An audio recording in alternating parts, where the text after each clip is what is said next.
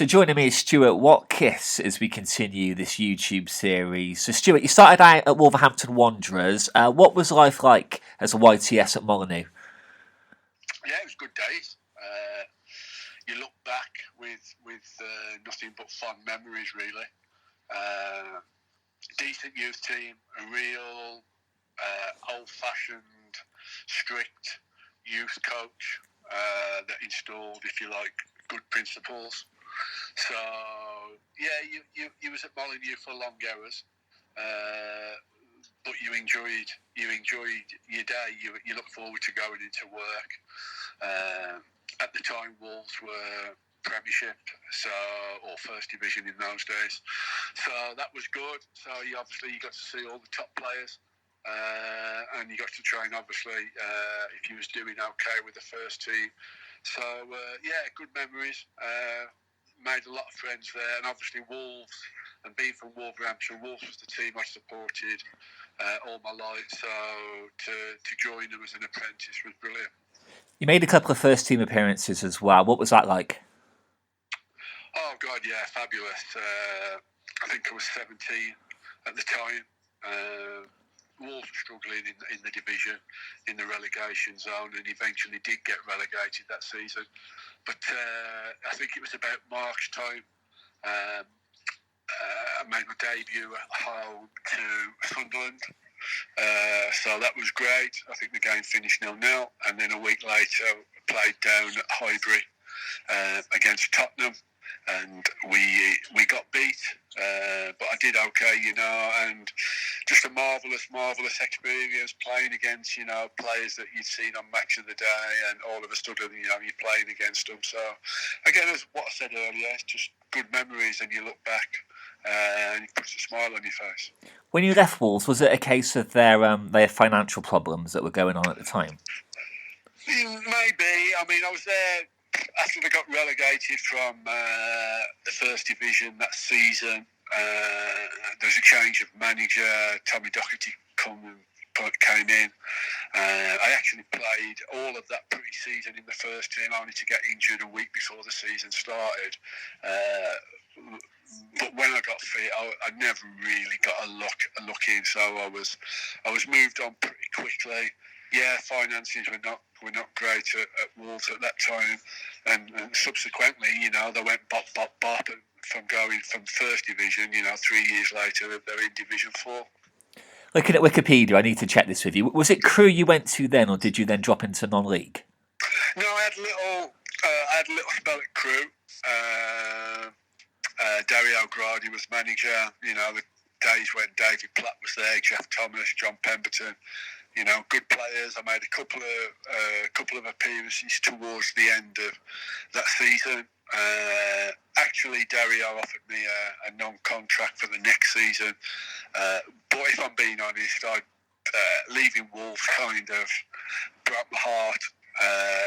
And I wasn't in love with the game at that time, and I eventually said no to Crewe on the non-contract offer. I actually didn't kick a ball for 2 years. I went to work for my father, who had a post office in Wolverhampton, and didn't kick a ball in any way, shape or form for 2 years. How did you get back involved in football? Just started playing with my mates. Obviously, like a lot of mates, played Sunday morning football in Wolverhampton. I think it was something like Division 5 of the Wolverhampton Sunday League. Played a few games, just got my appetite back for it.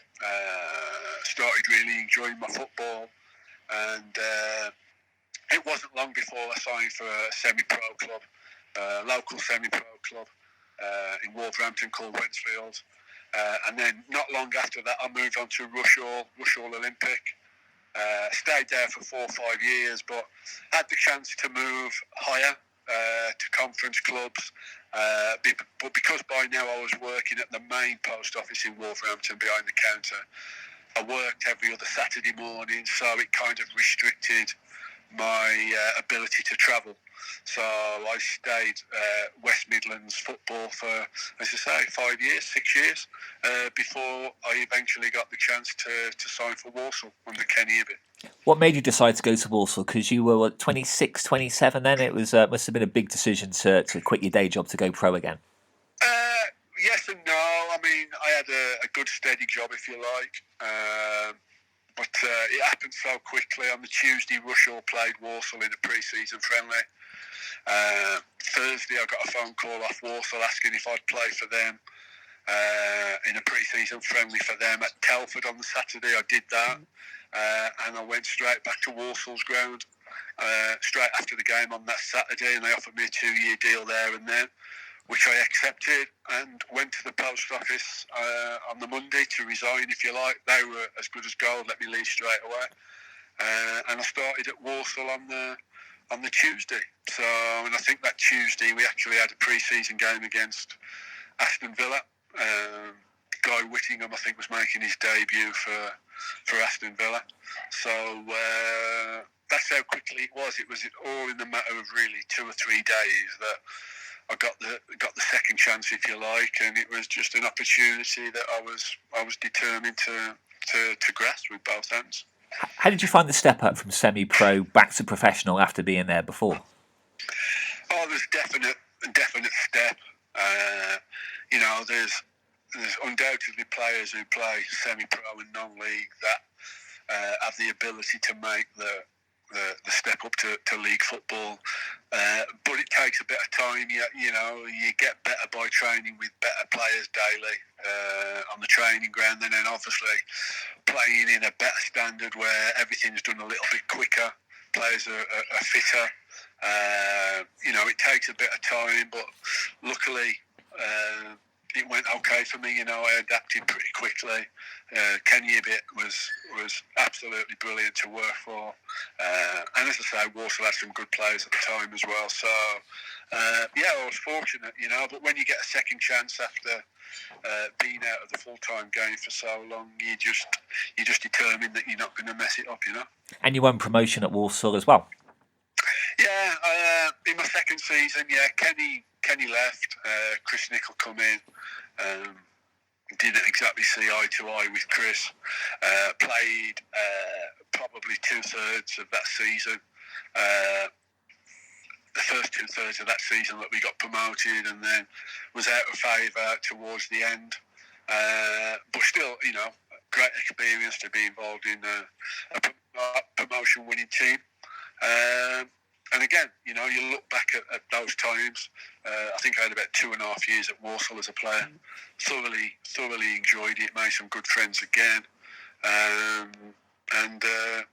It was not that halfway through the next season. I think when I eventually did come to Hereford, when I was pretty plain that I wasn't part of Chris Nichol's plans at Walsall. So got moved on, if you like.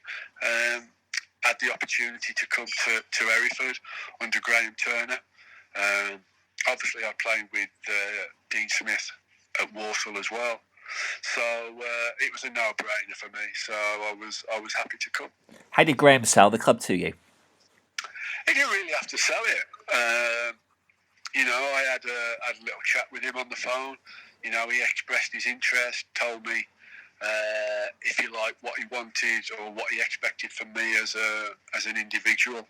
Told me how the season was going. At the time I joined, they were pretty low in the league, but did have some games in hand over the other teams. So he said he was pretty confident, that if they carried on doing what they were doing, that they would pick points up to get away from the relegation zone, and he was quite confident for the rest of the season. So the position I was in at Walsall, I was never going to be a regular, so I had a chance to get, if you like, regular football at Hereford. I jumped at the opportunity and certainly have no regrets about going to Hereford and enjoyed my time there. Hereford tended to play 3 central defenders then with 2 wing backs. As a defender, how did you find that compared to a 4-man defence, Hereford having the 5-man defence? It was okay. I mean, we on a few occasions we played it at Walsall, so it wasn't completely new for me. So if you ask me now what my favourite position was, I would say left of a three. Left of a back three. Naturally left-footed. Found I could get on the ball a little bit more than what I was in a four. So I was quite happy to play that formation and was quite comfortable playing it. I think the majority of the time I played alongside Dean and Tony James. So two good lads, two dominant lads, and two good players as well.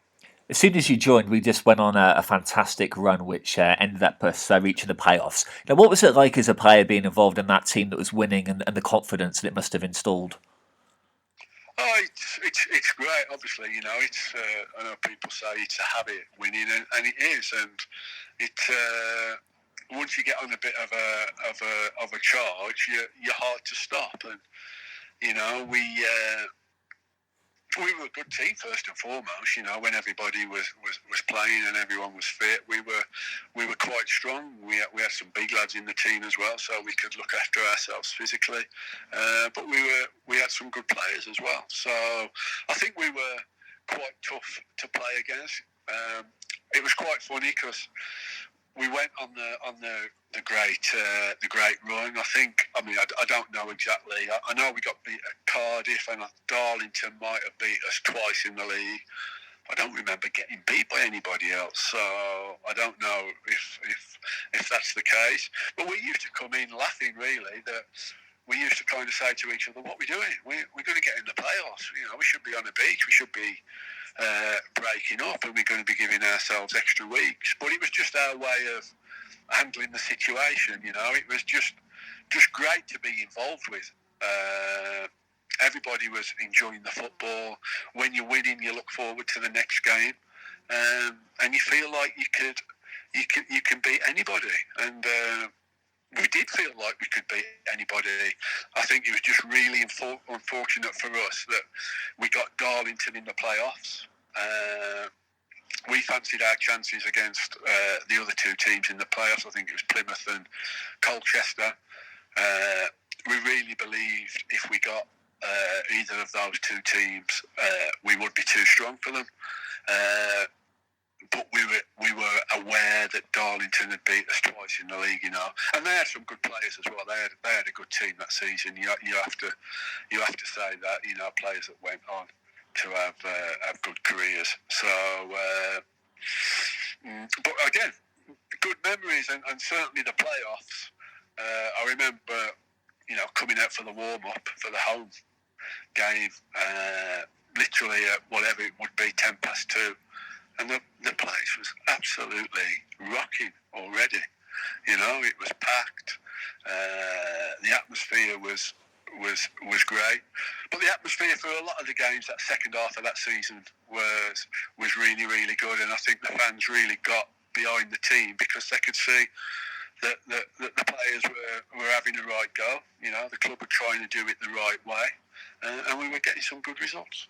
One of my favourite games that season was the Plymouth game. We won 3-0. Steve White scored a hat-trick. Yeah. Neil Warnock playing us as well, wasn't it? Yeah, what was that like to play in? Brilliant, because as I said, when you win, you feel like you can beat anybody. And, we were really looking forward to the top games, and Chalky was a good player.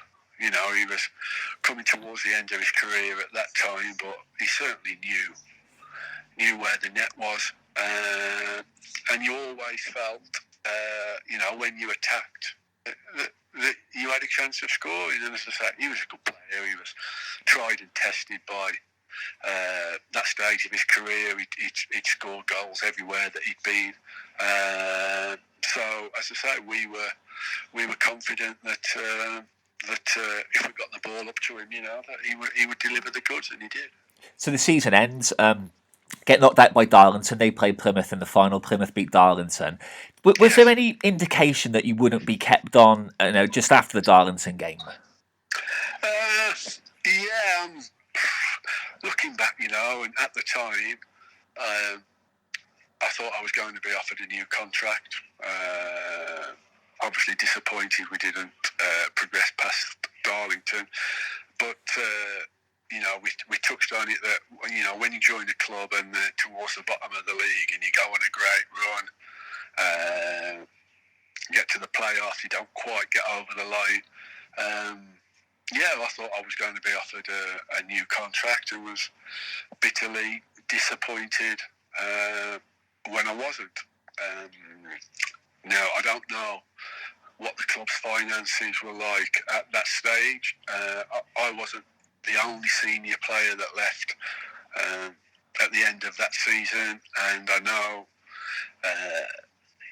a lot of youngsters joined the team the following season, and obviously didn't go to plan, and Hereford was relegated out of the league. So that was a massive disappointment because I knew how special the club was to the local community. So, but yeah, I was disappointed, but I've nothing but good things to say about Graham Turner. So I'm sure he had his reasons. He did what he did, and in hindsight, it gave me the opportunity to join Mansfield, where I had 6 or 7 really special years there as a if you like, player, captain, youth coach, assistant manager, with a fair bit of success. So it wasn't to be at Hereford, which disappointed me at the time massively, but it did, in hindsight, let me move to Mansfield, where I had some special times.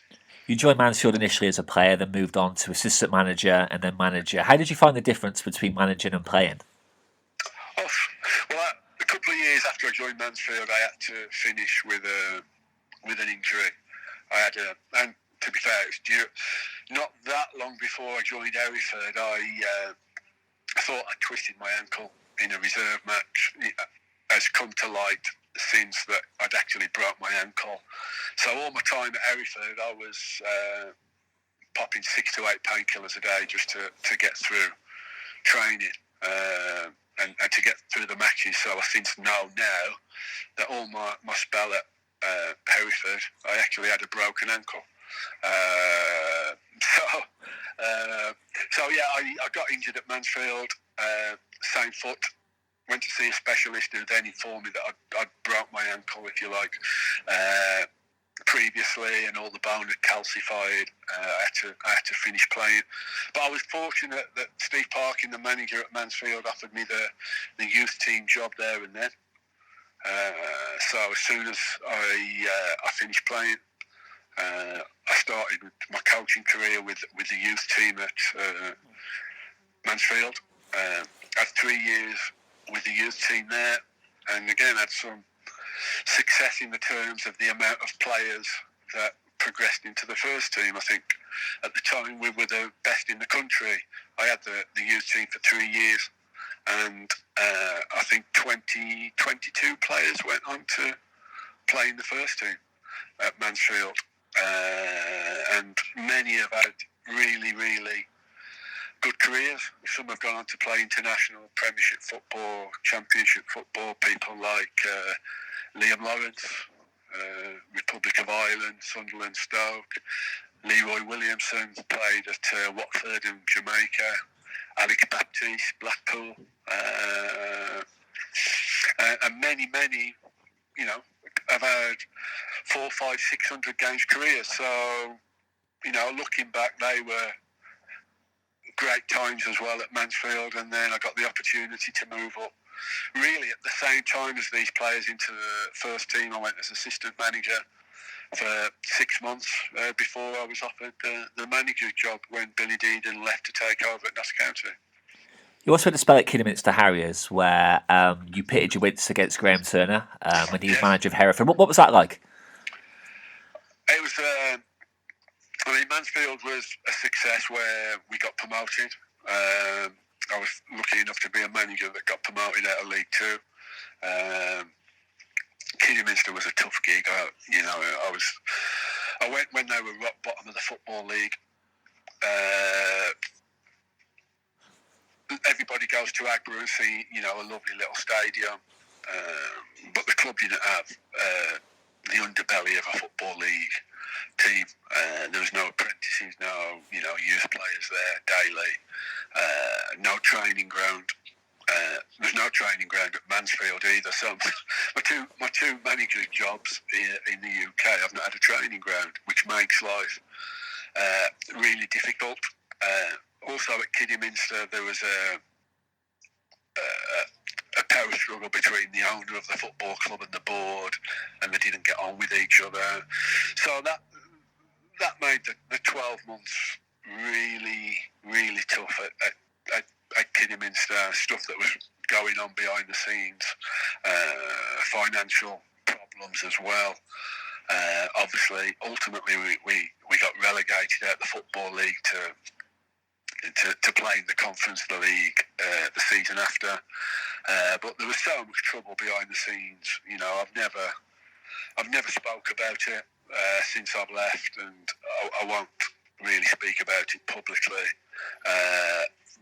But it was a tough gig, that one. And ultimately, I went to a board meeting and I told the board exactly what I thought the situation was. Not nastily, not aggressively, but I genuinely told them what I thought the state of the club was. And if I'm being honest, I come out of that meeting knowing that I would be sacked. And I was.